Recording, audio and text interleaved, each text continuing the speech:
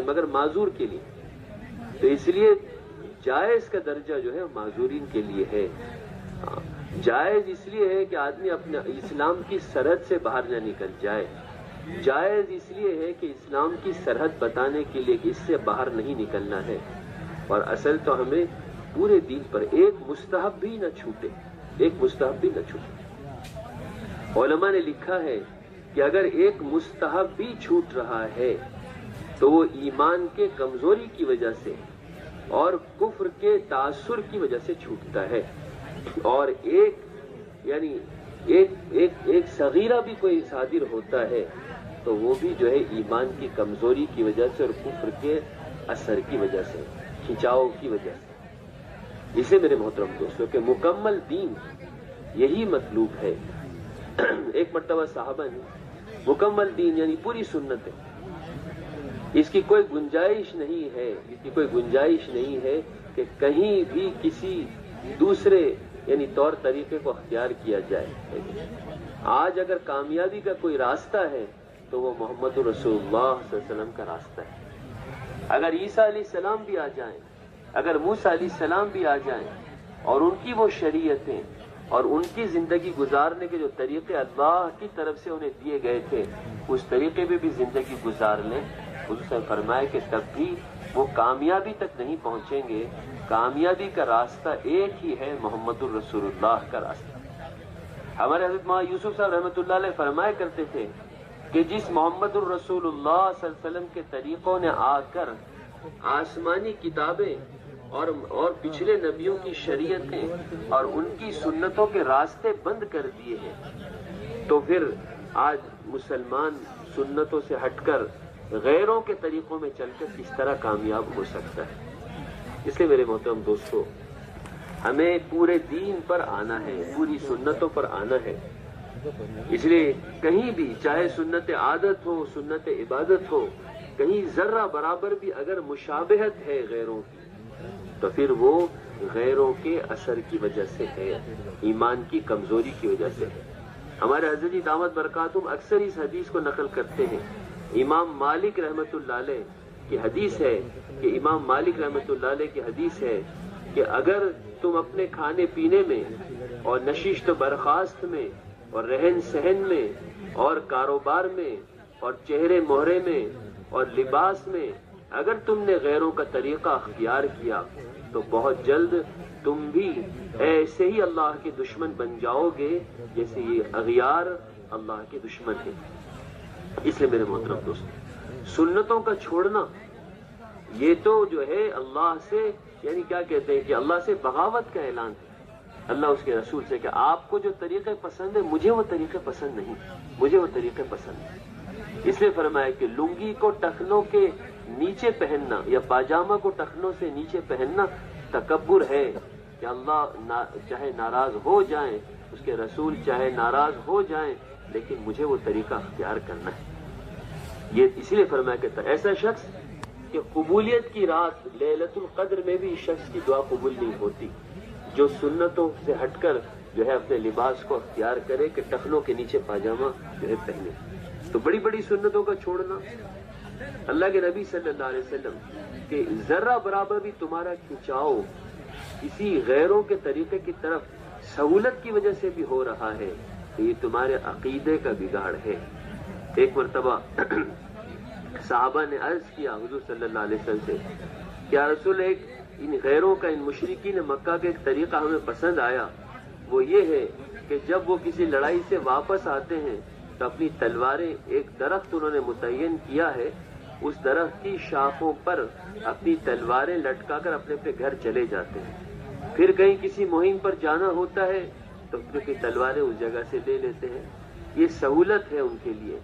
کیا ہی اچھا ہو کہ ان کی طرح ہمارے لیے بھی آپ ایک درخت متعین کر دیں اور ہم بھی اس کی شاخوں پر، اس متعین درخت کی شاخوں پر اپنے ہتھیار لٹکا لیں، اور جب کسی مہم پر جانا ہو تو ہم بھی آ کر کے لے جائیں۔ اب اس وقت پہ جب کسی مہم پر جانا ہوتا ہے تو تلاش کرنا پڑتا ہے، ہتھیاروں کو جمع کرنا پڑتا ہے۔ اللہ کے نبی صلی اللہ علیہ وسلم نے غیروں کے طریقے کی سہولت کی وجہ سے آنے والی رائے، اس کے بارے میں یہ نہیں فرمایا کہ نہیں ہم ان کے طریقے کو اختیار نہیں کریں گے، بلکہ یوں فرمایا کہ اللہ کے نبی صلی اللہ علیہ وسلم نے اس واقعے کو لے کر عقیدے سے جوڑا، کہا کہ تم مجھ سے وہ درخواست کر رہے ہو جو درخواست موسیٰ علیہ السلام کو بنی اسرائیل نے کیا تھا کہ یہ بھی ایک بچڑے کی پوجا کرتے ہیں اور آپ ہمارے لیے بھی ایک بچڑا متعین کر دیجئے تاکہ ہم بھی اس کی پوجا کریں۔ یعنی آج تمہیں اس درخت پر ان کا جو ہے اپنے ہتھیاروں کو لٹکانا یہ طریقہ پسند آ گیا، اسے تم بھی چاہتے ہو کہ تمہارے لیے بھی اسی طرح کا ایک درخت متعین کر دیا جائے، کل تمہیں کچھ اور پسند آ جائے گا اور آگے تمہیں ان کی بت پرستی پسند آ جائے گی تو تم یہ درخواست کرنے لگو کہ ہمارے لیے بھی کوئی بت ہو۔ اس لیے میرے محترم کہ نہیں، بلکہ پورا دین کہیں بھی من تشبہ بقوم فہو منہم، جو جس قوم کی نقل اتارے حشر اسی کے ساتھ ہوگا، حشر اسی کے ساتھ ہوگا۔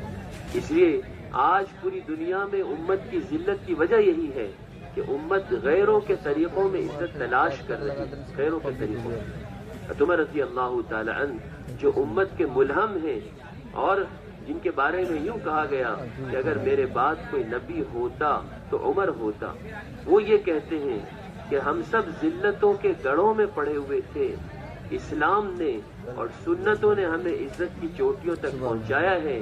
یاد رہے اگر کوئی بھی مسلمان اسلام کے علاوہ اور سنتوں کے علاوہ کسی اور طریقے میں عزت کو تلاش کرے گا تو اللہ جل شانہ اس کو پوری دنیا کے سامنے ذلیل کر کے رکھے گا۔ آپ خود سوچ سکتے ہیں کہ آج مسلمانوں کے ذلت و خواری کی وجہ اور مغلوب ہونے کی وجہ، میں عرض کر رہا تھا کہ پورا دین زندگی میں آئے، یہ ہماری سب سے پہلی ذمہ داری ہے، پورا دین زندگی کے اندر آئے۔ تابعین کی اللہ کے راستے میں اور جو ہے ایک مہم پر دشمن نے حملہ کر دیا اور دشمن کے حملے سے حفاظت کرنے میں، دفاع کرنے میں ایسے مشغول ہوئے کہ جو ہے انجانے میں مسواک کی سنت چھوٹ گئی، بھول گئے مسواک کرنا۔ آسمانوں پر اللہ کی مدد رکی رہی، پورے دین پر چلنے والے 100% دین پر چلنے والے تابعین کی جماعت، اور وہ بھی پھر اللہ کے راستے میں، اور جو ہے ایک مسواک کی سنت کا چھوٹ جانا آسمانوں پر اللہ کی مدد کے رک جانے کا ذریعہ بنا ہے۔ تو میرے محترم دوستو، آج امت بڑی بڑی سنتوں کو چھوڑ دے اور امید رکھے کہ اللہ کی مدد ہوگی، اللہ کامیاب کریں گے، اس کی کوئی گنجائش نہیں ہے جب تک کہ امت پورے دین پر نہ آ جائے۔ مشورہ ہوا کہ اللہ کا وعدہ ہے کہ ایمان والوں ہی کو غالب کریں گے۔ یہ کیا بات ہے کہ اللہ کی مدد نہیں آ رہی، کیا بات ہے کہ ہمیں غلبہ حاصل نہیں ہو رہا ہے۔ مشورہ ہوا، ہمارے یہاں مشورہ اعمال کا ہے، سامان کا مشورہ، انتظام کا مشورہ یہ تو بہت ضمنی چیز ہے۔ حقیقت میں مشورہ اور اصلاً مشورہ ہمارا اعمال کا ہے کہ کس اعمال کے چھوٹنے پر اللہ کی مدد رکی ہوئی ہے۔ مشورے سے پتہ چل گیا، رہبری ہو گئی کہ مسواک کی سنت چھوٹ گئی۔ پتہ چلا کہ جب اللہ کی مدد رک جائے، جب امت پر کوئی حال پیش آئے تو فوراً حال کا عمل یہ ہے کہ اس وقت مشورہ کیا جائے اور اعمال کی طرف متوجہ ہوا جائے کہ کون سا عمل چھوٹ رہا ہے جس کی وجہ سے اللہ کی مدد رک گئی۔ رہبری ہو گئی، جس طرح نبیوں کی رہبری وحی کے ذریعے، اب وحی کا سلسلہ ختم ہو گیا ہے، اب اس امت کی جو رہبری ہوگی اور اس امت کو جو آگے کا راستہ یعنی جو ہے مدد کے نازل ہونے کا جو راستہ ملے گا وہ مشورے سے ملے گا۔ اس لیے میرے محترم دوستو، ہمیں جو ہے مشورے کی پابندی کرنی، ہمارا روزانہ کا بھی مشورہ، جب ایک مرتبہ اللہ کی مدد رک جائے تو اس کے لیے فوراً مشورہ اور اس سے مل جاتی ہے رہبری اللہ کی طرف سے۔ تو امت کو جہنم کی آگ سے بچانا ہے، چاروں طرف امت کا حال یہ ہے کہ امت کے خواص میں سے کلمے کا اخلاص نکل چکا ہے اور امت کے عوام میں سے کلمے کے بول بھی نکل چکے ہیں، صرف دعویٰ رہ گیا ہے۔ ایمان اسلام کے نام پر نماز بھی باقی نہیں ہے اور ایمان کے نام پر کلمے کے بول بھی باقی نہیں ہیں، صرف دعویٰ ہی دعویٰ رہ گیا ہے۔ ایسے میں کتنا ضروری ہے کہ ہم اپنا روزانہ کا مشورہ پابندی کے ساتھ کریں کہ کیسے امت پھر سے دین اور دعوت کی محنت پر آئے تاکہ امت کا حال درست ہو اور آسمانوں پر اللہ کی غیبی مددیں جو رکی ہوئی ہیں وہ مددیں نازل ہوں، اسے ہمارا روزانہ کا مشورہ ہے۔ حدیث کے اندر ملتا ہے کہ ابلیس یہ روزانہ مشورہ کرتا ہے پانی پر، یہ روزانہ مشورہ کرتا ہے مسلمانوں کو، انسانوں کو بہکانے کے لیے، کیونکہ اس کو بھی اللہ نے قرآن میں داعی فرمایا ہے۔ ابلیس شیطان یہ بھی داعی ہے، یہ جہنم کی طرف کا داعی ہے کہ جہنم کی طرف لے جانا چاہتا ہے۔ جب جہنم کی طرف دعوت دینے والا روزانہ مشورہ کرے تو جنت کی طرف لے جانے والے، عالم انسانیت کی ہدایت چاہنے والے یہ کیسے روزانہ مشورہ نہ کریں؟ اس لیے ہمارا روزانہ کا مشورہ، اس سے رہبری ہوگی۔ تو میں نے عرض کیا کہ مشورہ فوراً رہبری ہو گئی مشورے سے کہ مسواک چھوٹ گئی اور فوراً دوڑے۔ یہ نہیں کہ اس وقت میں ہم مغلوب ہیں اور بعد میں کر لیں گے، اس وقت ہم پر حملے ہو رہے ہیں اور بعد میں کر لیں گے، نہیں، فوراً۔ ان سنتوں کا روب غیروں پر پڑتا ہے کہ جن سنتوں کو مسلمان اہمیت کے ساتھ اختیار کریں۔ مسلمان بعض مرتبہ سنتوں کا اختیار کرتے ہیں لیکن موقع محل دیکھ کر۔ ہمارے حضرت یوسف صاحب رحمۃ اللہ علیہ فرمایا کرتے تھے کہ موقع محل دیکھ کر سنتوں پر عمل کرنے والا یہ متبع سنت نہیں ہے، بلکہ یہ تو سنتوں کا مٹانے والا ہے کہ موقع نہیں رہے گا سنتوں کو چھوڑ دیں۔ تم اگر کسی بھی حال کی وجہ سے کسی ادنا سنت کو بھی چھوڑ رہے ہو تو تم سنتوں کے مٹانے والے ہو، اس سے میرے محترم دوستوں کہ ایک ہے اتباع سنت اور ایک ہے احیاء سنت، کہ ایک تو ہے اتباع سنت کہ ہم سنت پر عمل کریں، اور ایک یہ ہے کہ احیاء سنت کہ مٹی ہوئی سنتوں کو زندہ کرنا، جو اس وقت رواج میں نہیں ہے، مزاج میں آتی نہیں ہے وہ سنتیں کہ آج بھی وہ سنتیں چلیں گی، ان مٹی ہوئی سنتوں کو جن کو امت بھلا چکی ہے اس کو زندہ کرنا، یہ اصل احیاء سنت ہے۔ اس ہمارا کام احیاء سنت ہے کہ ایک ایک سنت زندہ کی جائے۔ حضرت عبداللہ ابن عمر رضی اللہ تعالیٰ عنہ کو لوگ پاگل کہتے تھے کہ یہ پاگل ہے، ایسے دیوانے تھے سنتوں کے۔ گشت میں نکلے ہیں، ملاقات میں نکلے ہیں اور جماعت ایک سڑک پر سے جا رہی ہے اور اچانک ایک سڑک سے کنارے ہو گئے، کچی زمین پر نیچے چلے گئے، تھوڑی دیر کھڑے رہے اور واپس آ کر جماعت میں جڑ کر چلنے لگے۔ ساتھیوں نے سوچا کہ فارغ ہونے کے لیے گئے ہیں، قضائے حاجت کے لیے گئے ہیں، کوئی بات پیش آئی کیوں گئے، صرف کھڑے رہ کر واپس آ گئے۔ ساتھیوں نے پوچھا کہ آپ نے یہ کام کیوں کیا کہ جماعت سے الگ ہو گئے، سڑک کے نیچے اتر گئے، کچی زمین پہ تھوڑی دیر کھڑے رہ گئے، پھر واپس آ کر کے جماعت سے جڑ گئے اور چلنے لگے؟ کہا کہ ہم لوگ حضور صلی اللہ علیہ وسلم کے ساتھ اسی راستے سے اسی طرح گزرے تھے اور میں نے حضور صلی اللہ علیہ وسلم کو اسی طرح کرتے ہوئے دیکھا کہ آپ بھی نیچے اتر گئے، کچی زمین پر کھڑے ہو گئے، پھر واپس آئے۔ ہمارے یہاں سنتوں کا احیاء ہے، ایک ایک سنت زندہ ہو۔ سنتوں کے لیے کوئی وجہ نہیں ہے، کوئی سنت ضرورت کی وجہ سے نہیں ہے، ہر سنت ہونے کی وجہ سے، ہر سنت۔ مسواک کی سنت جو ہے وہ دانت صاف کرنے کی ضرورت پوری کرنے کے لیے نہیں ہے، بلکہ مسواک کی سنت تو سنت ہونے کی وجہ سے ہے۔ اسے میرے محترم دوستوں، بزرگواجی، ہمیں ایک ایک سنت کو زندہ کرنا، ایک ایک سنت۔ یہی حضرت عبداللہ ابن عمر رضی اللہ تعالیٰ ان کو دیکھا گیا کہ ایک جنگل میں جو ہے جاتے ہیں اور جو ہے پابندی سے جاتے ہیں اور خادموں کو لے کے جاتے ہیں، سواری لے کر جاتے ہیں، پانی لے کر جاتے ہیں اور پابندی سے جاتے ہیں۔ لوگوں نے دیکھا کہ کہاں جاتے ہیں، پتہ چلا کہ ایک جنگل میں جا کر ایک درخت کو جا کر پانی دے رہے ہیں، اس درخت کو زندہ رکھنے کی کوشش کر رہے ہیں۔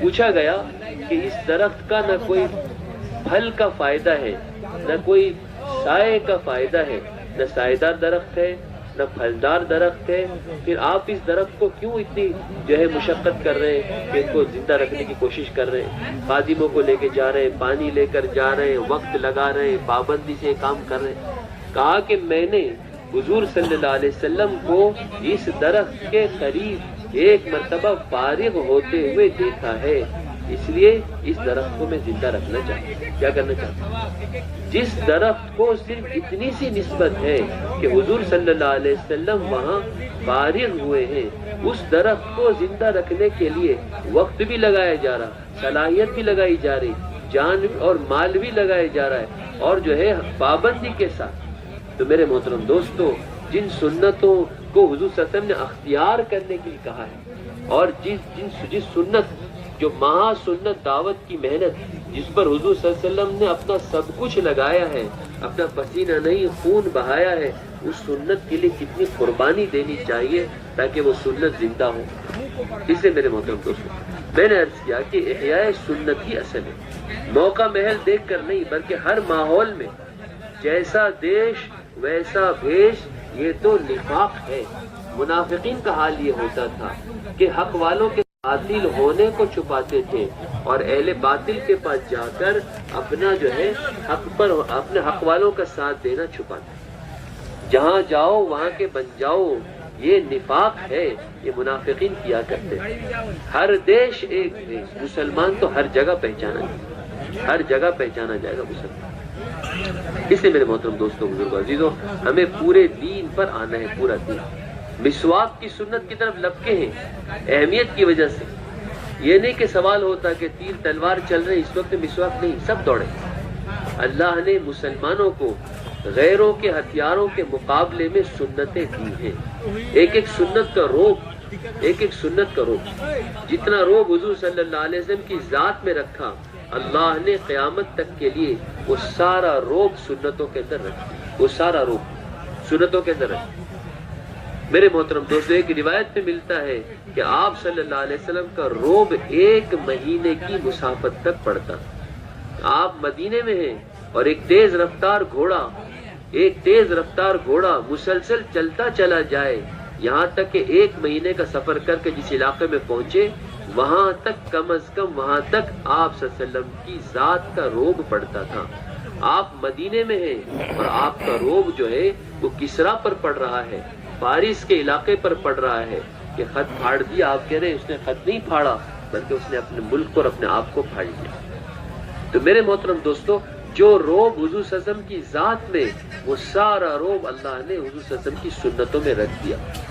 حضرت عمر رضی اللہ تعالیٰ متبع سنت ہے، ایک ایک سنت ان کی زندگی کے اندر ہے۔ حضرت عمر رضی اللہ تعالیٰ کا روب یہ بھی 1 مہینے کی مسافت تک، آدھی سے زیادہ دنیا تک ان کا روب پڑتا ہے۔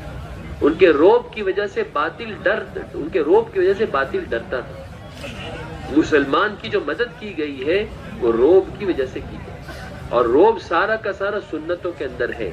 غیروں میں سے جو مسلمانوں کا روب نکلا ہے، اس کی وجہ یہ ہے کہ مسلمانوں نے سنتوں کو چھوڑ دیا۔ الزام دیتے ہیں کہ غیر ہمارا کوئی دشمن ہے ہی نہیں، ہمارا تو نفس دشمن ہے، شیطان ہمارا دشمن ہے، باقی تو ہماری کمزوریاں ہیں، ہماری کمزوریاں۔ ہمارے حضرت مولانا یوسف رحمۃ اللہ فرمایا کرتے تھے کہ غیر مسلمانوں کے اس دین کو مٹائیں گے جس دین کو مسلمان پہلے ہی بگاڑ چکے ہوں گے۔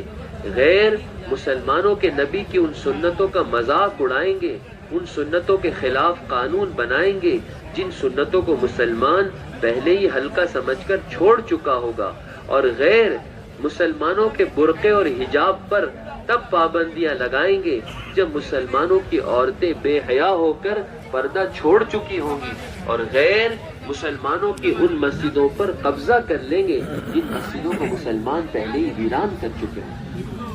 اگر مسلمان اپنے دین پر مضبوطی کے ساتھ ہو، اپنی سنت و شریعت پر مضبوطی کے ساتھ ہو، اپنی مسجد کو پابندی کے ساتھ وقت دیتا ہو، تو پھر اس کا روب غیروں پر پڑے گا، وہ کہاں ان چیزوں پر پابندی نہیں۔ اس سے میرے محترم دوستوں، کہ حضور صلی اللہ علیہ وسلم کی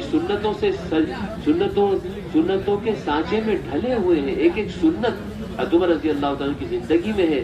اس کی وجہ سے روب کہاں تک ہے کہ 22 لاکھ مرتبہ بھی غیر سمجھتے تھے، اہل فارس یہ سمجھتے، اس زمانے کی جو باطل طاقت وہ سمجھتی تھی کہ ایک آدمی ایسا ہے کہ اس کے ہوتے ہوئے ہم مسلمانوں کو کچھ بگاڑ نہیں سکتے۔ امت جب تک ایک امیر اور ایک مرکز پر مجتمع تھی تو اس کا روب پوری دنیا پر پڑا ہوا تھا۔ آدھی سے زیادہ دنیا پر جو اسلام پہنچا ہے وہ امت جب ایک امیر اور ایک مرکز پر مجتمع تھی۔ شروع زمانے کی بھی یہی بات ہے کہ امیر المومنین خلیفۃ المسلمین عمر رضی اللہ تعالیٰ کی عمارت میں اور عالمی مرکز اس وقت جو مسجد نبی تھی اس کی مرکزیت میں جب امت نے کام کیا ہے تو اللہ نے آدھی سے زیادہ دنیا تک اسلام کو پہنچایا ہے۔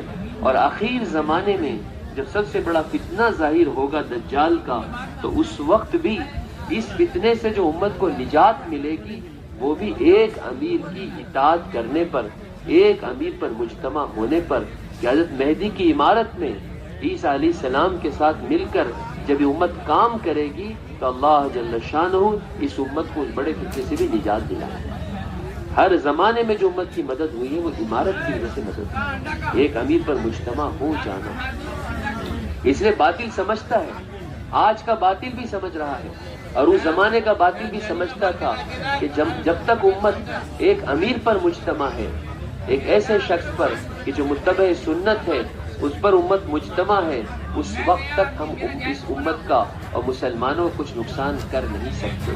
اس لیے اس نے سازش کی اور دھوکہ دینے کے لیے کہ اب ان کو جو کچھ نقصان پہنچایا جائے گا وہ دھوکے سے، کیونکہ یہ تو مجتمع ہے۔ اسے ایک شخص کو تیار کیا، اسے رشوتیں دی، بڑے انعام کے وعدے کیے اور اس کو تیار کر کے بھیجا کہ تم یہاں سے مدینہ جاؤ اور جا کر کے عمر کا کام تمام کر دو تاکہ ہم اس امت کو نقصان پہنچا سکے، ورنہ عمر کے ہوتے ہوئے جب تک ایک امیر پر امت مجتمع اس وقت تک ہم اس امت کا کچھ بگاڑ نہیں سکتے۔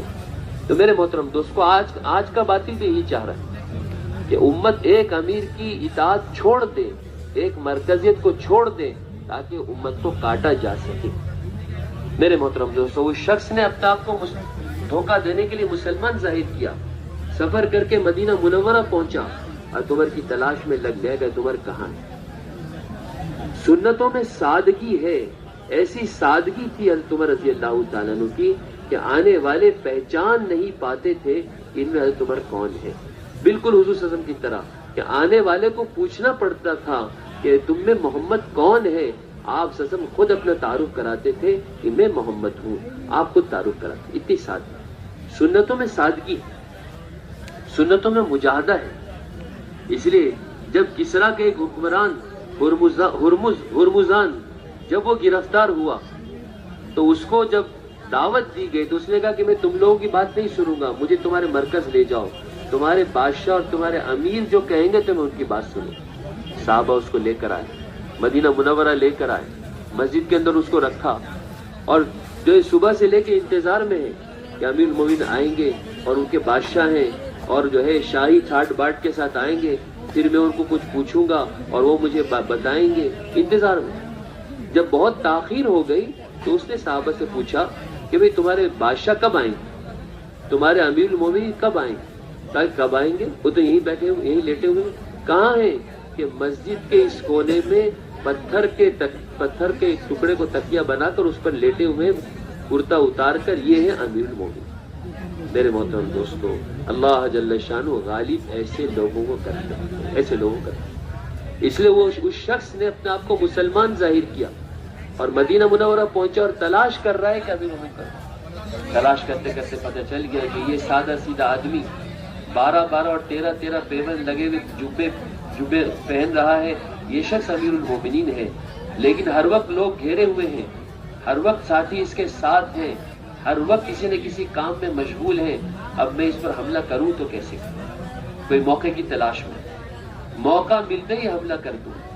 پتہ چلا کہ تنہا کب ہوتے ہیں، دیکھا کہ اکیلے میں تنہا کب ہوتے ہیں کہ صبح سے لے کے کام کرتے کرتے، تقاضے پورا کرتے کرتے جب تھک جاتے ہیں تو کسی ایک درخت کے نیچے جا کر دوپہر کے وقت میں ذرا آرام کرنے کے لیے لیٹ جاتے ہیں۔ اس وقت ان کے پاس کوئی نہیں ہوتا، طے کر لیا کہ اب جو ہے اس درخت پر انتظار کروں گا، آتے ہی حملہ کروں۔ تلوار لی، درخت پر چڑھ گیا، ایک شاخ پر چھپ کر بیٹھا، دیکھا تو عمر رضی اللہ تعالیٰ تھکے ہوئے، دن بھر کام کرتے ہوئے، دعوت دیتے ہوئے، امت کے کام کرتے ہوئے، تقاضے پورا کرتے ہوئے تھک کر آئے اور کرتا اتار دیا، لنگی پہنی ہوئی تھی اور اسی طرح پتھر کو تکیہ بنایا اور لیٹتے ہی آنکھ لگ گئی، نیند آ گئی، لیٹتے ہی نیند آ گئی۔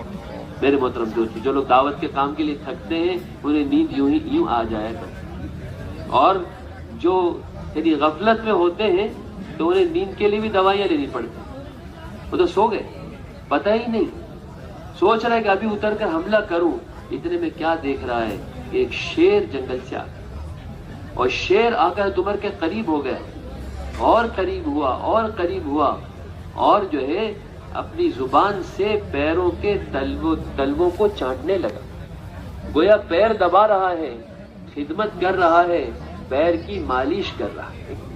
لوگ جلتے ہیں، ہاں لوگ جلتے ہیں کہ ان کی خدمت کیوں کر رہے ہیں، ان کے پیچھے پیچھے کیوں چل رہے ہیں۔ آپ دیکھیں وہ اللہ جانتے ہیں دلوں کا حال کہ کیوں چل رہے ہیں۔ جب تم اللہ کے محبوب بن جاؤ گے قربانیاں دیتے دیتے تو اللہ پاک مخلوق کو تمہاری خدمت پر لگا دے، مخلوق کو تمہاری خدمت پر لگا دے۔ مخلوق آئی خدمت کرنے کے لیے، شیر جنگل سے آ رہا ہے پیر دبانے کے لیے کہ دن بھر دعوت کے کام میں تھکنے والا، امت کو جوڑنے والا، حق کو قائم کرنے والا، حق کو بولنے والا، جس کا روب باطل پر پڑا ہوا ہے، ایسا متبع سنت، آؤ میں اس کی ذرا تھکان دور کر دوں، آؤ ذرا میں اس کی خدمت کر دوں۔ شیر آ کر کے خدمت، کون خدمت کر رہا ہے؟ شیر۔ وہ تو تعجب میں کہ کیا ہو رہا ہے، یہ کیا ہو رہا ہے۔ وہ خدمت کرتا رہا یہاں تک کہ تمہارا رضی اللہ عنہ سوتے رہے، انہیں ہوش بھی نہیں کون آ کے خدمت، پتہ بھی نہیں ہے کہ کون آ کے خدمت کر رہا ہے، سوئے۔ تھوڑی دیر کے بعد تھکان اتری، نیند کھلی تو شیر جلدی سے پیچھے ہٹ گیا، جلدی سے پیچھے ہٹ گیا۔ تھوڑی دیر انتظار کرتا رہا، یہ شخص سوچتا رہا، اتنے میں ایک غیبی آواز اس شخص کو سنائی کہ جو لوگ دنیا میں حق کو قائم کرنا چاہتے ہیں ایسے لوگوں کی حفاظت کا انتظام غیبی ہوتا ہے اللہ کی طرف سے۔ وہ تو نیچے آ گیا، اس نے اسلام قبول کر لیا۔ تو میرے محترم دوستوں، یہ سنتوں کا روب، یا عمر رضی اللہ عنہ متبع سنت تھے تو اس طرح روب پڑ رہا تھا جنگلوں پر، غیروں پر، اور 1000 یعنی کیا کہتے ہیں کہ یعنی 1 مہینے کی مسافت تک جو ہے روب پڑ رہا۔ اور میرے محترم دوستوں، یہ جو ہے جتنا روب اور جیسی مدد نبیوں کی، جیسی مدد رسولوں کی، جیسی مدد محمد صلی اللہ علیہ وسلم کی، ویسی مدد قیامت تک ہر ایمان والے کے ساتھ ہوگی، اس کا وعدہ ہے۔ ہاں ہم سب تو یہ سوچتے ہیں کہ وہ نبی تھے، وہ رسول تھے، وہ صحابہ تھے، ان کی مدد ہوئی، ہم دعوت کا کام کریں گے، ہماری مدد ہوگی نہیں، بلکہ اللہ کے نبی صلی اللہ علیہ وسلم نے فرمایا کہ صحابہ سے 10 درجے زیادہ مدد کا وعدہ ہے، صحابہ سے 50 درجے زیادہ اجر کا وعدہ ہے۔ زیادہ درجے میں ہم کبھی برابر نہیں ہو سکتے، لیکن جس زمانے میں جس چیز کی شارٹیج ہو جاتی ہے اس زمانے میں اس کی قیمت بڑھ جاتی ہے۔ آج نبیوں والی قربانیاں، صحابہ والی قربانیاں، اس کی شارٹیج ہے، اس کی قلت ہے، اسے اللہ نے بھی اس کی قیمت بڑھا دی ہے۔ تھوڑا کر لو 50 درجے زیادہ اجر لے لو، تھوڑا کر لو 10 درجے زیادہ مدد۔ میرے محترم دوستوں، حضور اکرم صلی اللہ علیہ وسلم ہمارے شک کو دور کرنے ہی کے لیے، شک کو دور کرنے ہی کے لیے، اور اللہ نے ہمارے شک کو دور کرنے ہی کے لیے قرآن کی آیت نازل کر، اِنَّا لَنَنْصُرُ رُسُلَنَا وَالْحَيَاةِ الدُّنْيَا وَيَوْمَ يَقُومُ الْأَشْهَادُ، کہ یقیناً ہم مدد کر چکے ہیں رسولوں کی، اور جو ہے ویسی جیسی مدد رسولوں کی کر چکے ہیں ویسی مدد ایمان والوں کی کریں گے، نہ صرف دنیا کی زندگی میں قیامت تک کے لیے بلکہ آخرت میں جب گواہی دینے والے فرشتے گواہی دے رہے ہوں گے اس وقت کہ ہم ایمان والوں کی ایسی مدد کریں گے جیسے رسولوں کی مدد۔ پورے قرآن پر ایمان لانا فرض عین ہے، اور اسی طرح قرآن کی ایک ایک آیت پر ایمان لانا کہ ایک ایک قرآن کی آیت میں جو کچھ ہے حق ہے، سچ ہے، ایمان لانا فرض عین ہے۔ ایک شخص غیبت کر رہا تھا، اللہ کے نبی صلی اللہ علیہ وسلم نے فرمایا کہ اے فلانے خاموش ہو جا، تو قرآن پر ایمان نہیں لایا؟ کہا کہ رسول اللہ قرآن پر تو ایمان لایا ہوں۔ کہا کہ جو قرآن کے حلال کو حلال نہ جانے، حرام کو حرام نہ جانے، وہ قرآن پر ایمان ہی نہیں لایا۔ یعنی قرآن کی ایک آیت کہہ رہی وَلَا يَغْتَبْ، غیبت مت کرو، اور تو غیبت کر رہا ہے۔ تو میرے محترم دوستو، جس طرح پورے قرآن پر ایمان لانا فرض عین، اسی طرح قرآن کی ایک ایک آیت پر ایمان لانا کہ حق ہے، سچ ہے، ہو کر رہے گا، یہ بھی فرض عین ہے، یقین کرنا۔ تو اسی قرآن کے اندر اللہ نے فرمایا جیسی مدد رسولوں کی ویسی مدد ایمان والوں کی، نہ صرف دنیا کی زندگی میں قیامت تک کے لیے بلکہ آخرت میں بھی ویسی مدد۔ اس میں شک کرنا قرآن کی آیت میں شک کرنا ہے، اس میں شک کرنا قرآن کی آیت میں شک کرنا۔ اللہ کے نبی صلی اللہ علیہ وسلم نے ہمیں ہمارے شک کو دور کرنے کے لیے مثال دے کر بھی سمجھا دیا کہ جیسی مدد جلیل القدر رسول ابراہیم علیہ السلام کی اس وقت میں ہوئی ہے جب ابراہیم علیہ السلام کو نمرود کی آگ میں ڈالا جا رہا تھا کہ آگ گلزار بن گئی، آگ باغ بن گئی۔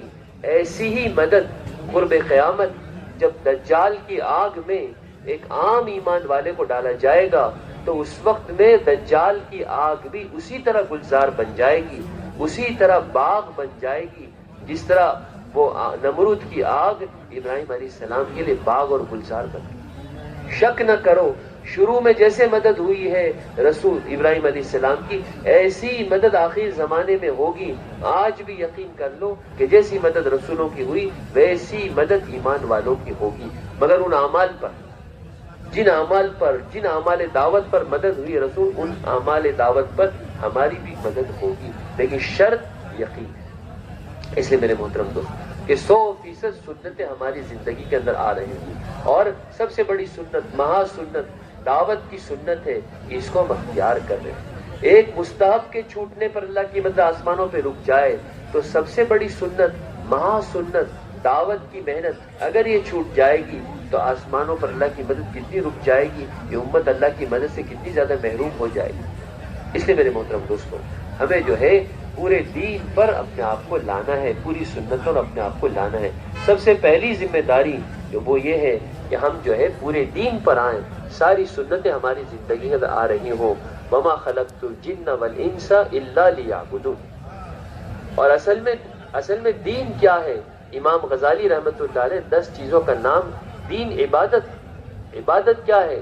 وما خلقت الجن والانس الا لیعبدون، کہ ہم نے انسانوں اور جناتوں کو عبادت کے لیے پیدا کیا ہے۔ تو عبادت کی تشریح امام غزالی رحمۃ اللہ علیہ نے کی ہے کہ 10 چیزوں کا نام عبادت ہے۔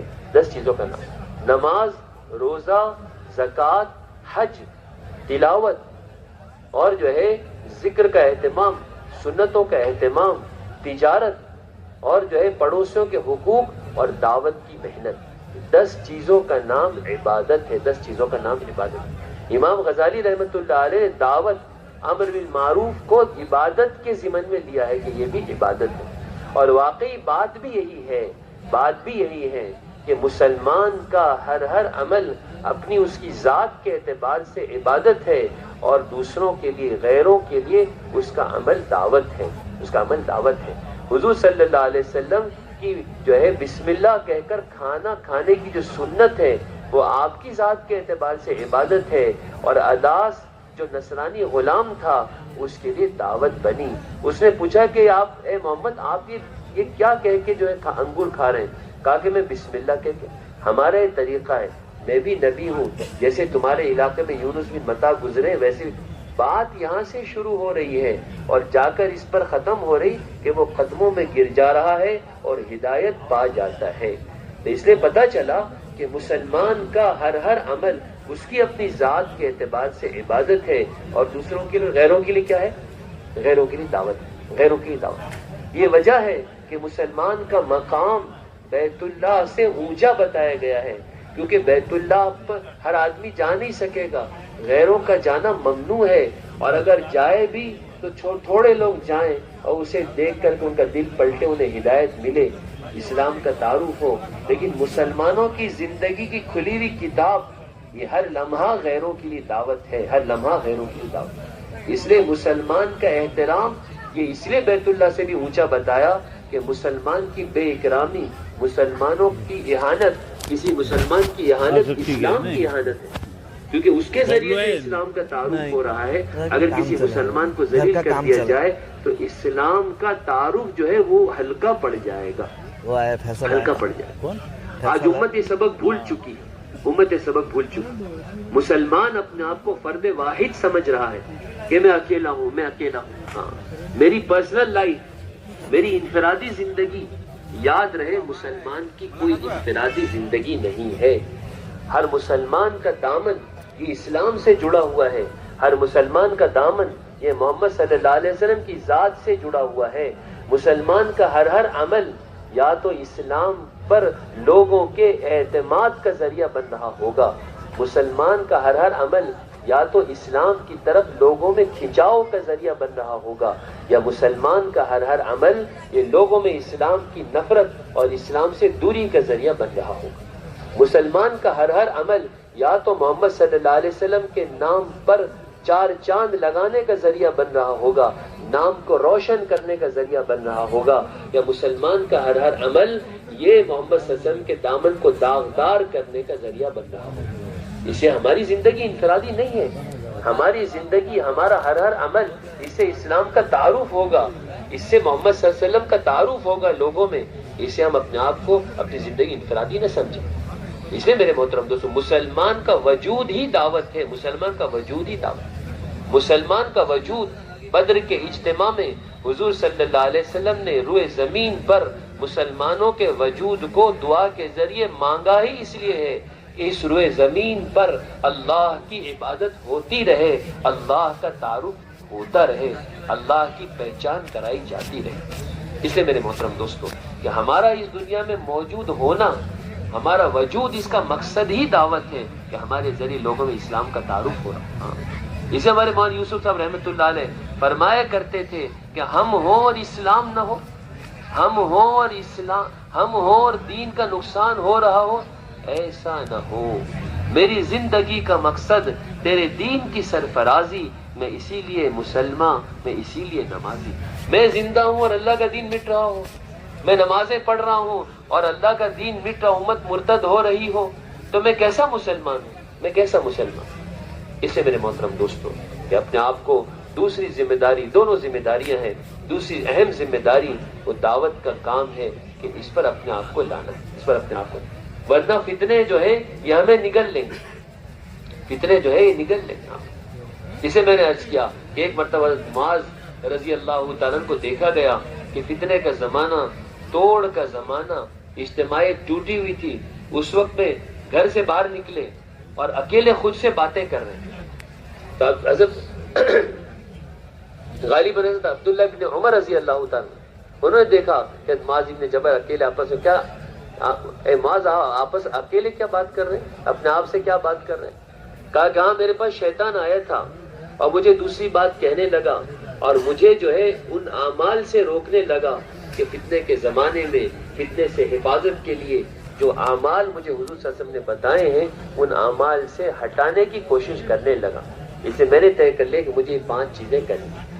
وہ کیا ہیں جو میں آپ کے سامنے رکھنا چاہتا ہوں؟ حیات الصحابہ جلد 2 کے اندر ہے کہ حضرت معاذ بن جبل رضی اللہ تعالیٰ نے کہا کہ میرے محبوب صلی اللہ علیہ وسلم نے مجھے 5 اعمال ایسے بتائے ہیں کہ جو کوئی انہیں اختیار کر لے تو ہر فتنے کے زمانے میں اس کی حفاظت ہو جائے گی، ہر فتنے کے زمانے میں۔ سب سے پہلا عمل یہ فرمایا کہ فتنے سے محفوظ ہے وہ شخص کہ جو اللہ کے راستے میں نکلا ہوا، اللہ کے راستے میں۔ دعوت ہر فتنے سے حفاظت کا ذریعہ۔ سب سے بڑا فتنہ یہ ہے کہ اگر ہم نے دعوت چھوڑ دی تو باطل کی دعوت سے بچ نہیں سکیں گے۔ خیر القرون میں حضور صلی اللہ علیہ وسلم کے زمانے میں ہر مرتبہ اللہ کے راستے میں نکلنے والے ایک مرتبہ اللہ کے راستے میں نکلنے سے پیچھے رہ گئے اور 40 دن تک مقامی محنت، انفرادی دعوت، ایمان کے حلقے، اس میں بھی لگنا نہ ہو سکا کیونکہ اللہ کے نبی صلی اللہ علیہ وسلم کی طرف سے ڈانٹ تھی۔ چند دنوں دعوت کے کام سے دور رہنا، ایک مرتبہ خروج کا چھوٹنا باطل کی دعوت کے پہنچنے کا ذریعہ بن گیا کہ باطل پہنچ گیا۔ باطل کی نگاہیں اہل حق کی صفوں میں لگی ہوئی ہیں، وہ دیکھ رہے ہیں کہ کون ذرا سا ادھر ادھر ہو رہا ہے، کون ذرا سا ٹیڑھا چل رہا ہے، کس پر ذرا سا سختی ذمہ دار کی طرف سے کی جا رہی ہے، اسے ہم اپنی دعوت پیش کریں۔ وہ تو ایمان کی دعوت کی برکت، مدینہ منورہ کے ماحول کی برکت، حضور صلی اللہ علیہ وسلم کے صحبت کی برکت، اور خاص کر کے ان مجلسوں کی برکت کہ جن میں حضرت کعب بن مالک اور سارے صحابہ بیٹھا کرتے تھے۔ میرے محترم دوستو، انہوں نے اس دعوت کو رد کر دیا، ذلت کے ساتھ رد کر دیا اور باطل کی پیشکش کو مصیبت سمجھا۔ تو میرے محترم دوستو کہ ہر زمانے میں فتنے سے جو حفاظت ہے وہ دعوت کے کام سے حفاظت، دعوت کے وہ محفوظ ہے فتنے سے جو اللہ کے راستے میں، اور فتنے کا خاتمہ بھی جو ہوگا وہ اللہ کے راستے کی نقل و حرکت سے۔ جس زمانے میں ارتداد کا فتنہ جس زمانے میں نبوت کے دعووں کا فتنہ اور جس زمانے میں اہل باطل اور نصرانیت اور یہودیت کی طاقتیں مجتمع ہو کر مدینہ منورہ پر حملہ کرنے کے لیے آئے، اس زمانے میں بھی اگر ان تین بڑے فتنوں کا اگر کوئی علاج ہے تو علاج دعوت اور اللہ کے راستے کا خروج ہے۔ ابوبکر صدیق رضی اللہ عنہ نے جب خلافت اور امارت کا بوجھ سنبھالا ہے تو آتے ہی تین بڑے فتنوں کا سامنا کرنا پڑا۔ مسیلمہ نے جھوٹی نبوت کا دعویٰ کیا اور نصرانیت کی طاقتیں مجتمع ہو کر روم کی طرف سے اور ملک شام کی طرف سے مدینہ منورہ کی طرف حملہ کرنے کے لیے روانہ ہوئی، اور جو ہے یہاں پر آپس میں ارتداد کا فتنہ کہ زکوٰۃ نہیں دیں گے، اسلام پر نہیں رہیں گے، یہ تینوں فتنے جب آئے تو حضرت ابوبکر صدیق رضی اللہ عنہ نے اس کا ایک ہی علاج سیرت سے لیا اور اس کو نافذ کیا۔ وہ کیا ہے کہ اسامہ کی جماعت کو بھی روانہ کیا اور مدینہ منورہ کو خالی کیا۔ ہر زمانے میں خروج ہی ہر فتنے کا علاج ہے، ہر زمانے میں دعوت ہی ہر فتنے کا علاج ہے۔ سب سے بڑا فتنہ شرک، سب سے بڑا فتنہ کفر، اور اس کا علاج دعوت ہے۔ نبی آئے، دعوت آئی، دین آیا، اور نبی چلے گئے، دعوت چلی گئی، دین زندگیوں سے چلا گیا۔ یہی تو سب سے بڑا فتنہ ہے۔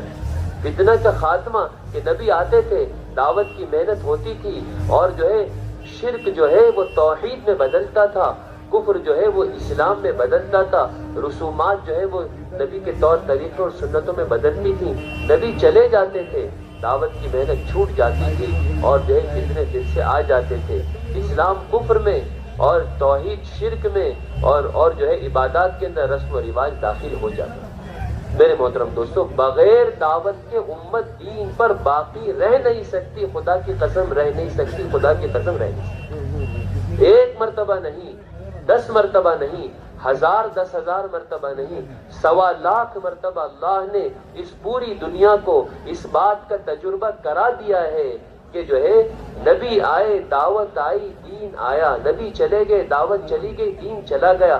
1,00,000 مرتبہ کا تجربہ ہے، اور ثابت ہو چکا ہے کہ دعوت کے بغیر امت دین پر باقی رہ نہیں سکتی۔ اس لیے میرے محترم دوستوں کہ فتنے کا علاج اور فتنے سے حفاظت یہ ہے کہ ہم دعوت کے کام کو اپنا کام سمجھتی نہیں۔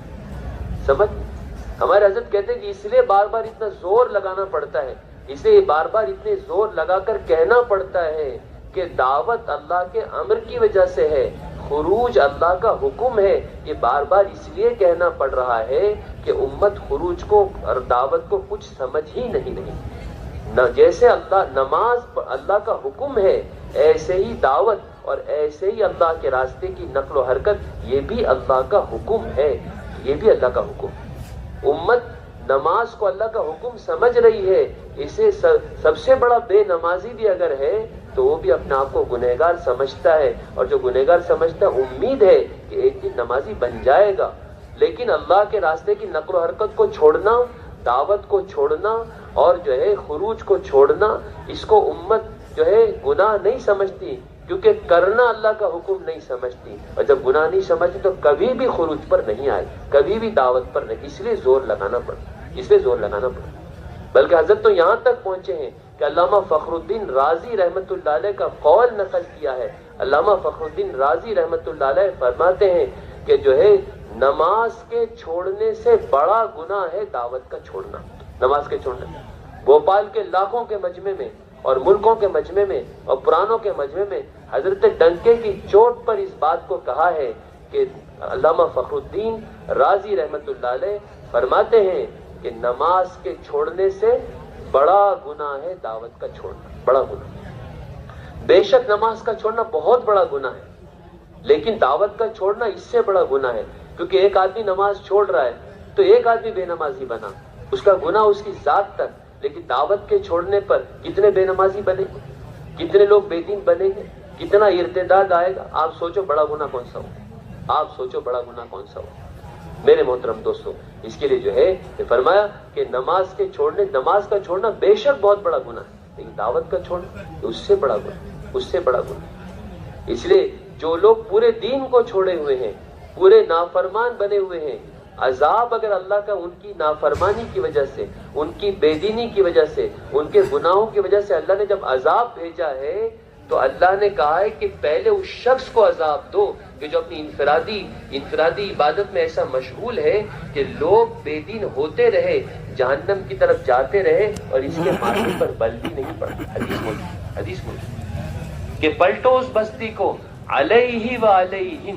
ملا علی قاری رحمۃ اللہ علیہ نے مرقات کے اندر اس کی بحث قائم کی ہے کہ علیہ پہلے کیوں کہا ہے اور علیہم بعد میں کیوں کہا ہے۔ علیہ پہلے اس شخص پر پلٹو اور بعد میں ان لوگوں پر پلٹو، پہلے اس شخص پر پلٹو۔ اسے میرے محترم یہ اس لیے کہنا، آپ کہیں گے کیوں کہہ رہا ہے، آپ کہیں گے حضرت جی کیوں کہہ رہے ہیں، نظام الدین سے حضرت یہ بات کیوں، اس لیے کہہ رہے ہیں کہ امت کے جذبات مردہ ہو چکے ہیں، دعوت کے کام کو امت کچھ سمجھ ہی نہیں رہی ہے اور بتانے والا کوئی نہیں ہے، اس لیے جو امت کو اسلام پر باقی رکھنے کے لیے بات کہنی پڑی، باقی رکھنے کے لیے، کیونکہ خدا کی قسم پھر خدا کی قسم یہ امت بغیر دعوت کے دین پر باقی رہ نہیں سکتی۔ اس کام میں رخصت کا لانا، اس کام کو ہلکا کرنا، یہ تو مسلمانوں کا کوئی دشمن ہی کر سکتا ہے کہ جس کام سے اتنی خیر وجود میں آ رہی، امت کہاں جا رہی تھی، ہم سب کہاں چل رہے تھے، اگر دعوت کا کام نہ ہوتا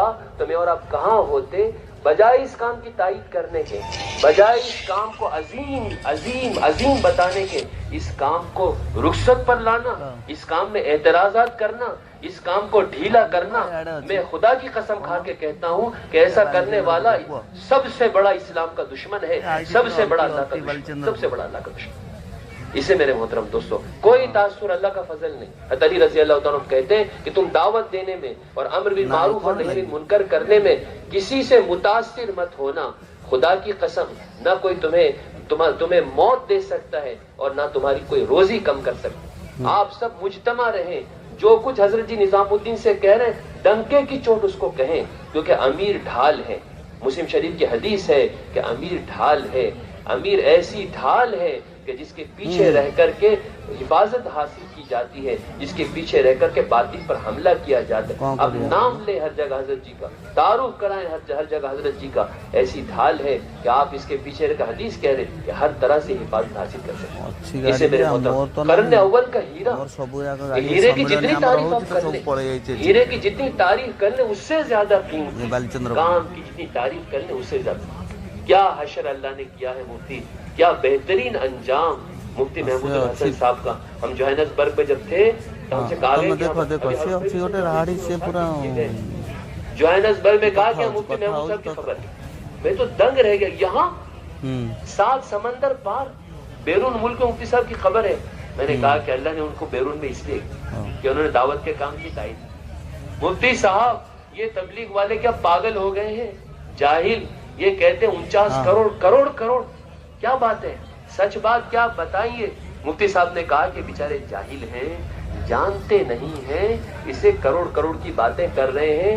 میں خدا کی قسم کھا کے کہتا ہوں کہ اس راستے میں، دعوت کے راستے میں ہر قدم پر خدا ملتے ہیں، ہر قدم پہ خدا ملتے ہیں۔ اسے ان کی خبر کہاں ہے، اسے ان کی خبر کہاں ہے، بتاؤ آپ۔ ساؤتھ افریقہ میں جوہانسبرگ، کسی کا انتقال ہوتا مدینہ منورہ کے اندر تو حضور صاحب پوچھتے کہ کیا یہ مدینہ منورہ میں پیدا بھی ہوا تھا، کہ ہاں یہیں پیدا ہوا، تو بہت افسوس کر، حالانکہ مدینے میں مرنے کے فضائل، مدینے میں قبر بنانے کے فضائل ہیں، مرنے کے فضائل ہیں، لیکن حضور صلی اللہ علیہ وسلم کہتے کہ جو ہے کاش یہ کہیں یہاں سے دور جا کر مرتا اللہ کے راستے میں، تاکہ اس کی پیدائش کی جگہ سے لے کر اس کی جائے وفات، موت کی جگہ اور قبر جو زمین کا حصہ ہے وہ جنت کا حصہ ہو، وہ جنت کا حصہ ہو۔ اس سے میرے محترم دوستو دعوت میں ہے عظیمت۔ حضرت جی ہمارے فرماتے ہیں کہ دعوت کے کام میں رخصت ایک طریقے سے باطل کی مدد کرنا۔ کیا کرنا ہے؟ ہم مدد کر رہے ہیں باطل اسلام مٹانے پر، اور ہم بھی رخصت پر آ جائیں، ایک طریقے سے مدد کرنا۔ اسے حضرت معاذ بن جبل کی بات پر میں لاؤں کہ حضرت معاذ بن جبل نے حضور صلی اللہ علیہ وسلم کی حدیث نقل کی، کہا کہ فتنے سے محفوظ ہے وہ شخص جو اللہ کے راستے میں، عالمی نیتیں، عالمی فکریں، کوئی کچھ کہہ رہا ہو۔ ہمارے حضرت مولانا الیاس صاحب کا جملہ ہے کہ ساری دنیا کے اہل حق بھی اگر یہ کہنے لگے کہ کام صحیح نہیں ہے، اور اس وقت ہمارا کام کرنے والا کوئی یہ شک میں پڑ جائے، تو میں سمجھوں گا کہ وہ کام کرنے والا بصیرت پر نہیں ہے، میں نے ایسے عرب سے ملاقات کی ہے کہ 2 مہینے لگا کر واپس جا رہا ہے. کہاں جا رہا ہے؟ کہ میں نیچے دعا کرنے جا رہا ہوں.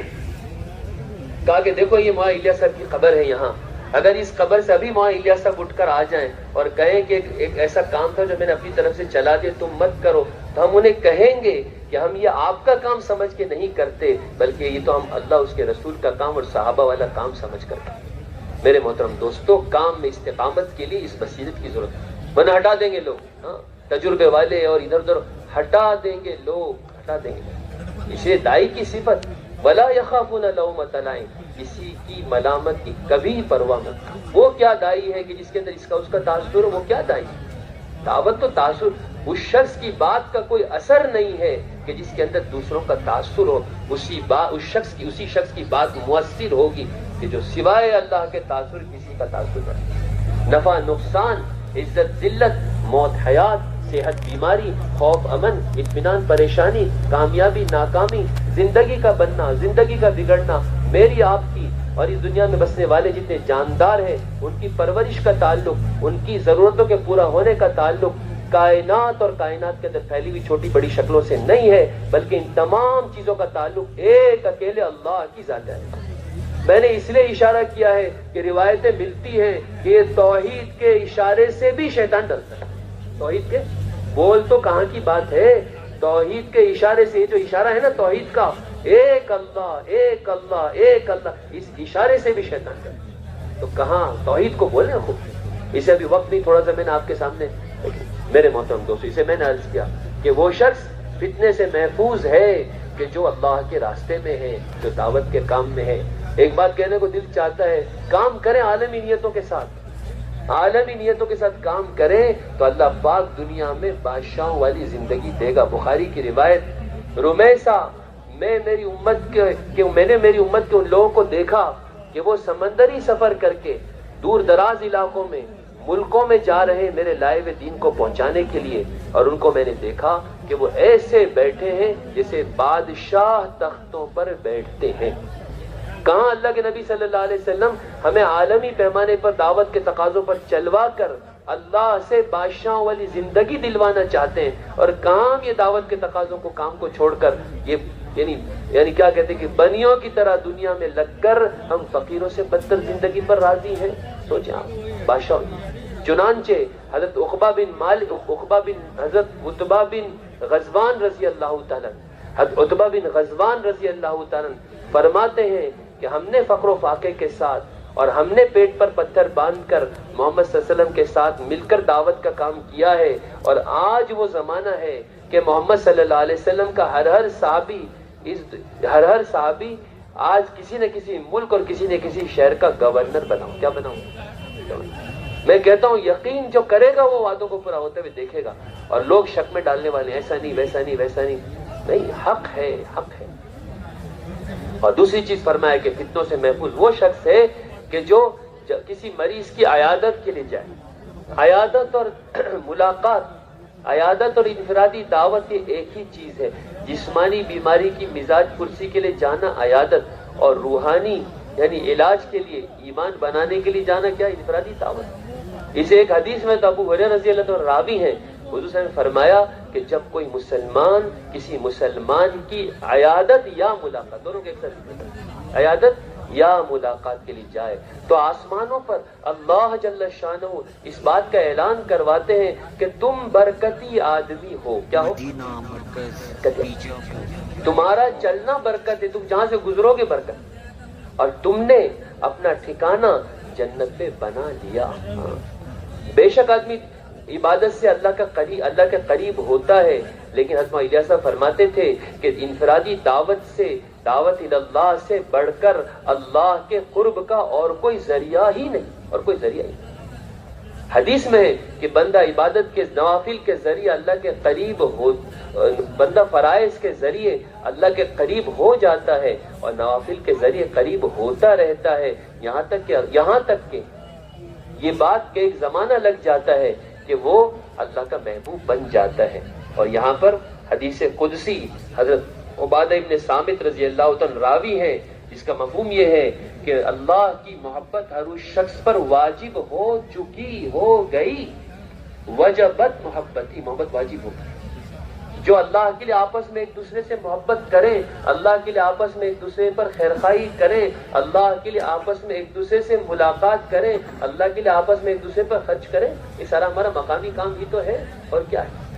میرے محترم دوستو، عبادت کے ذریعے ایک زمانہ لگ جاتا ہے اللہ کا ولی بننے کے لیے، اور یہاں پر تبھی قدم اٹھایا ہے، وجبت محبتی، ولی بن گیا۔ کیا بن گیا؟ محبت واجب ہوگی۔ اس لیے مولوی ایسا فرماتے تھے کہ دعوت اللہ اور انفرادی دعوت سے بڑھ کر اللہ کے قرب کا کوئی اور ذریعہ ہی نہیں، کوئی اور ذریعہ ہی نہیں۔ میں نے عرض کیا کہ دوسری بات کہ مریض کی عیادت کے لیے جائے، عیادت بھی تو دعوت ہی کے لیے تھی کہ حضور صلی اللہ علیہ وسلم کی خدمت میں ایک یہودی لڑکا رہا کرتا تھا، بیمار ہو گئے، آپ اس کے گھر گئے عیادت کے لیے، کس لیے؟ عیادت کے لیے، اور بیمار تھا، اس کو آپ نے دعوت دی کہ جو ہے تم کلمہ پڑھ لو۔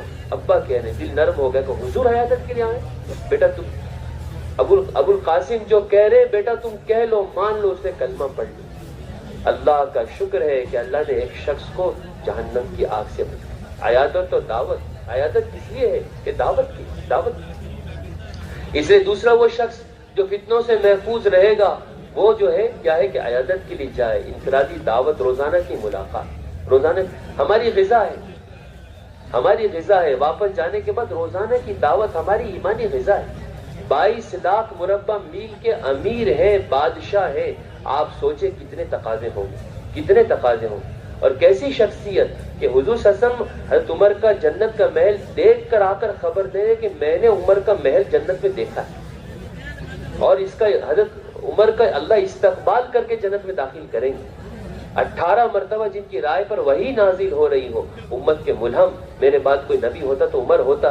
ایسی شخصیت اتنے تقاضوں کے بعد جو ہے روزانہ ملاقات کرنا، گشت کرنا، ایک دوسرے کا ایک مسلمان کا ہاتھ پکڑنا، اور یہ کہنا کہ اجلس بنا نؤمن ساعتن، چلو ہمارے ساتھ، اٹھو ہمارے ساتھ، آؤ ہمارے ساتھ، ہم تھوڑی دیر مسجد میں بیٹھیں اور ایمان کا حلقہ قائم کر کے اپنے رب پر تھوڑی دیر ایمان لے آئیں۔ اور یہ کہتے تھے کہ میں ملاقاتیں کر کے مسجد میں لا کر، گشت کر کے، ملاقاتیں کر کے مسجد میں لا کر ایمان کا حلقہ قائم کرتا ہی اس لیے ہوں تاکہ اس سے میرا ایمان بڑھے، ورنہ حدیث ہے کہ ایمان یا تو بڑھے گا یا کیا ہوگا، گھٹ جائے گا۔ کوئی کہے کہ میں وہ محنت کر نہیں رہا مگر میرے ایمان کی سطح وہی ہے، ہو نہیں سکتا۔ ایک شخص نے محنت کر کے باغ تیار کر دے، گلستان، لہلہاتا ہوا باغ، ہرا بھرا باغ، پھول، پھل، تتلیاں، چڑیاں، خوشبو، اور ایسا باغ تیار ہو گیا، محنت چھوڑ دی۔ اب باغ تو تیار ہو گیا، کیا کرنا؟ 1 سال کے بعد کہہ رہا ہے کہ میرا باغ ویسے کا ویسا ہے، وہاں تتلیاں بھی ہیں، ہوں گی، بتاؤ۔ یہ تو بات مسلم ہے، ثابت شدہ ہے کہ باغ اس وقت تک باغ رہے گا جب تک محنت چھوٹی، کتنا ہی اچھا باغ ہو وہ جنگل میں تبدیل ہو جائے گا۔ اب جو ہے پھل اور پھول کی جگہ کانٹے، اور تتلیاں اور چڑیوں کی جگہ سانپ اور بچھو، کہ یہ تو محنت چھوٹی۔ ایسا کیسے ہو سکتا ہے کہ انفرادی دعوت چھوڑنے کے بعد اور عمومی محنت چھوڑنے کے بعد آدمی پھر بھی اس بات کا دعوے دار رہے کہ نہیں میرے ایمان میں کوئی کمی نہیں؟ عمومی محنت چھوڑو گے تو ایمان میں کمی آئے گی، اخلاص میں کمی آئے گی، اب ہمدردی نہیں حسد آئے گا، اب تواضع نہیں کبر آئے گا، اب جتنے اخلاق رذیلہ ہیں وہ آتے چلے جائیں۔ یہ ممکن ہی نہیں ہے کہ عمومی محنت چھوڑے اور پھر یہ کہے کہ ایمان میرا اسی سطح پر ہے اور ابھی تک میں اخلاق سلیمہ پر اور اخلاق حمیدہ پر باقی ہوں، اس کی کوئی گنجائش نہیں۔ اس لیے میرے محترم دوستو کہ فتنے سے محفوظ ہے وہ شخص کہ جو عیادت کے لیے جائے، انفرادی دعوت و ملاقات میں۔ تیسری چیز، فتنے سے محفوظ ہے وہ شخص کہ جو مسجد جائے صبح شام مسجد کو آباد کرنے کے لیے۔ مسجد آباد، بستیاں آباد، مسجد ویران، بستیاں ویران۔ مسجد دعا بھی کرتی ہے، مسجد بد دعا بھی کرتی ہے۔ ہر شخص عزم کر لے کہ مجھے تو مسجد کو وقت دینا ہے۔ جو شخص مسجد کا عادی ہے، مسجد کو زیادہ وقت دے رہا، بار بار مسجد آ رہا، ہر چھوٹے بڑے مسئلے کو لے کے مسجد آ رہا ہے، آنکھ بند کر کے اس کے ایمان والا ہونے کی گواہی دے دو۔ ہم سب یہ سوچتے ہیں کہ 5 وقت کی نماز بجماعت پڑھ لینا یہ مسجد کے عادی ہونے کے لیے کافی ہے کہ نہیں، یہاں یہ مراد ہی نہیں ہے، کیونکہ 5 وقت کی نماز جماعت کے ساتھ پابندی کے ساتھ پڑھنا ایسا تو حضور صلی اللہ علیہ وسلم کے زمانے میں عام منافقین بھی کیا کرتے ہیں۔ تو کیا یہ کہا جائے گا کہ جو شخص 5 وقت کی نماز تکبیر اولیٰ کے ساتھ مسجد میں پڑھنے کے لیے آ رہا ہے تو اس کا یہ عمل جو ہے یہ بتا رہا ہے کہ وہ ایمان والے منافقین بھی آتے ہیں؟ اس کا مطلب یہ ہے کہ مسجد کا عادی اس شخص کو کہا گیا ہے کہ جو 5 وقت کی نماز تکبیر اولیٰ کے ساتھ ادا کرنے کے ساتھ ساتھ اور وقت مسجد کو دے. کیا کریں؟ اور وقت مسجد کو دے. اس لیے میرے محترم دوست کہ مسجدوں کو آباد کریں. ہاں مسجد آباد، بستیاں آباد. دیکھیں مسجد کی آبادی کا اثر